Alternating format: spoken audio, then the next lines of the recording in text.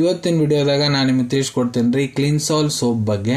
ಕ್ಲಿನ್ಸಾಲ್ soap ನೋಡ್ರಿ, ಇದಕ್ಕೆ aunty ಆಕ್ನಿ soap ಅಂತಾನು ಕರೀತಾರ್ರಿ. ಕ್ಲಿನ್ಸಾಲ್ ಸೋಪ್ ಅಂದ್ರೆ ಏನು, ಇದನ್ನ ಯಾವ ಸಮಸ್ಯೆ ಇದ್ದರೆ ನಿಮ್ಗೆ ಡಾಕ್ಟರ್ ಬರ್ದು ಕೊಟ್ಟಿರ್ತಾರೆ, ಇದ್ರೊಳಗೆ ಪ್ರಮುಖ ಘಟಕ ದ್ರವ್ಯ ಏನೇನು ಇರ್ತಾವೆ, ಯಾವ ರೀತಿ ಈ ಸೋಪ್ ನೀವು ಬಳಸಬಹುದು, ಮತ್ತೆ ಈ ಸೋಪ್ ಹಚ್ಕೊಂಡ್ರೆ ನಿಮ್ಗೆ ಏನಾದ್ರೂ ಸೈಡ್ ಎಫೆಕ್ಟ್ ಆಗುತ್ತಾ, ಯಾರು ಇದನ್ನ ಬಳಸ್ಲಿಕ್ಕೆ ಹೋಗಬಾರ್ದು, ಮೂಲ್ಯ ಎಷ್ಟು, ಎಲ್ಲಿಂದ ನೀವು ಇದನ್ನ ಖರೀದಿ ಮಾಡಬಹುದು, ಸಂಪೂರ್ಣ ಮಾಹಿತಿ ನಾನು ನಿಮ್ಗೆ ಈ ವಿಡಿಯೋದ ತಿಳಿಸ್ಕೊಡ್ತೀನಿ. ವಿಡಿಯೋ ಸ್ಟಾರ್ಟಿಂಗ್ ಲಿಂತ್ರ ಎಂಡ್ ತನ ಮಿಸ್ ಮಾಡದೆ ನೋಡಿ. ನಮಸ್ಕಾರ ಸ್ನೇಹಿತರೆ, ನೀವು ನೋಡ್ತಾ ಇದ್ರೆ YouTube channel Venkatesh H Pujar, ಮತ್ತೆ ನಾನು ಡಾಕ್ಟರ್ ವೆಂಕಟೇಶ್ ಎಚ್ ಪೂಜಾರ್. ಬನ್ನಿ ಇವತ್ತಿನ ಚರ್ಚೆಯನ್ನು ಶುರು ಮಾಡೋಣ. ಸೊ ನೋಡ್ರಿ, ಕ್ಲಿನ್ಸಾಲ್ ಸೋಪ್ ಏನಿದೆ ಇದು ಒಂದು ಅಲೋಪತಿಕ್ ಸೋಪ್. ಮತ್ತೆ ಇದನ್ನ ಎಲ್ಲಿ ಯೂಸ್ ಮಾಡ್ತಾರಪ್ಪ ಅಂದ್ರೆ ನೋಡ್ರಿ, ನಿಮ್ಮ ಮುಖದಾಗ ಬಹಳ ಜಾಸ್ತಿ ಆಕ್ನೆ ಅಂದ್ರೆ ಪಿಂಪಲ್ಸ್ ಆಗ್ಯಾವ ಅಂದ್ರೆ ಆ ಪಿಂಪಲ್ಸ್ ಗುಣಪಡಿಸ್ಲಿಕ್ಕೆ, ಪಿಂಪಲ್ಸ್ ನೋಡ್ರಿ ನಿಮ್ಗೆ ಎದೆಗೂ ಆಗ್ಬೋದು, ಬೆನ್ನಾಗೂ ಆಗ್ಬೋದು, ಮುಖದಾಗನೂ ಆಗ್ಬೋದು, ಪಿಂಪಲ್ಸ್ ಗುಣಪಡಿಸ್ಲಿಕ್ಕೆ ಇದನ್ನ ಡಾಕ್ಟರ್ ಬರ್ದು ಕೊಟ್ಟಿರ್ತಾರೆ.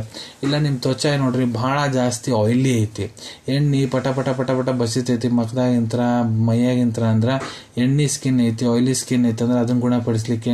ಇಲ್ಲ ನಿಮ್ಮ ತ್ವಚದಾಗ ಬ್ಲಾಮಿಶ್ ಭಂಗ್ ಆಗೈತೆ ಅಂದ್ರೆ ನಿಮ್ಮ ಹಣಿ ಮೇಲೆ, ಮೂಗು ಮೇಲೆ, ಮುಖದ ಎಡಗಡೆ ಬಲಗಡೆ ಭಾಗದಾಗ ಭಂಗ ಸಮಸ್ಯೆ ಆಗೈತೆ ಅಂದ್ರೆ, ಇಲ್ಲ ಮುಖದಾಗ ವೈಟ್ ಹೆಡ್ ಬ್ಲ್ಯಾಕ್ ಹೆಡ್ ಆಗ್ಯಾವ ಅಂದ್ರೆ, ಇಲ್ಲ ನಿಮ್ಮ ತ್ವಚೆ ಬಹಳ ಜಾಸ್ತಿ ಡ್ರೈ ಇರ್ತೈತೆ ಅಂದ್ರೆ ಅದನ್ನ ಸಾಫ್ಟ್ ಮತ್ತು ಸ್ಮೂತ್ ಮಾಡ್ಲಿಕ್ಕೆ ನನ್ನ ಡಾಕ್ಟರ್ ಬರ್ದು ಕೊಟ್ಟಿರ್ತಾರೆ.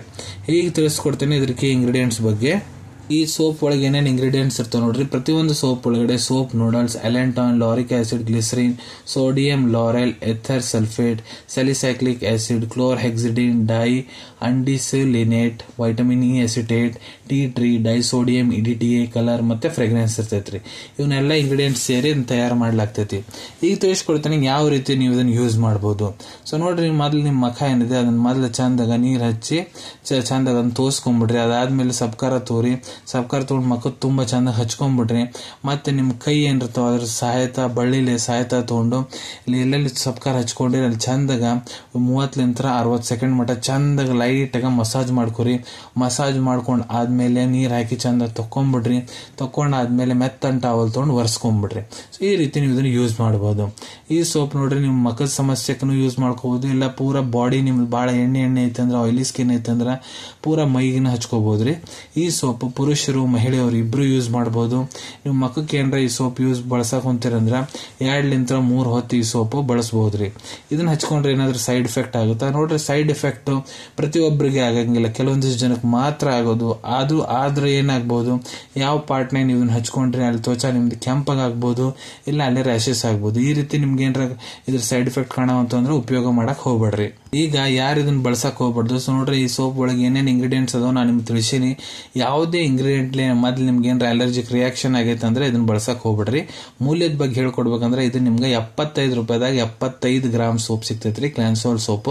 ಅವೈಲೇಬಿಲಿಟಿ ಬಗ್ಗೆ ಹೇಳ್ಕೊಡ್ಬೇಕಂದ್ರೆ ನಿಮ್ಮ ಕಡೆ ನಿಮ್ ಡಾಕ್ಟರ್ ಬರ್ದು ಕೊಟ್ಟಂತಹ ಚೀಟಿ ಇತ್ತಂದ್ರೆ, ಪ್ರಿಸ್ಕ್ರಿಪ್ಷನ್ ಇತ್ತಂದ್ರೆ ಇದನ್ನ ನೀವು ನಿಮ್ಮ ಹತ್ರ ಇರೋ ಮೆಡಿಕಲ್ ಸ್ಟೋರ್, ಜನರಲ್ ಫಾರ್ಮಸಿ, ಇಲ್ಲ ಆನ್ಲೈನ್ ಫಾರ್ಮಸಿ ಆಪ್ ಮೂಲಕ ಬಹಳ ಸುಲಭ ರೀತಿಯಿಂದ ಖರೀದಿ ಮಾಡ್ಕೋಬಹುದು ಅನ್ಕೊಂತೀನಿ. ವಿಡಿಯೋದಾಗ ನಾ ಏನ್ ಮಾಹಿತಿ ನಿಮ್ಮೆಲ್ಲರ ಜೊತೆಗೆ ಶೇರ್ ಮಾಡಿದೀನಿ ಎಲ್ಲ ನಿಮ್ಗೆ ಬಹಳ ಒಳ್ಳೆ ರೀತಿಯಿಂದ ಅರ್ಥ ಆಗಿರಬೇಕು.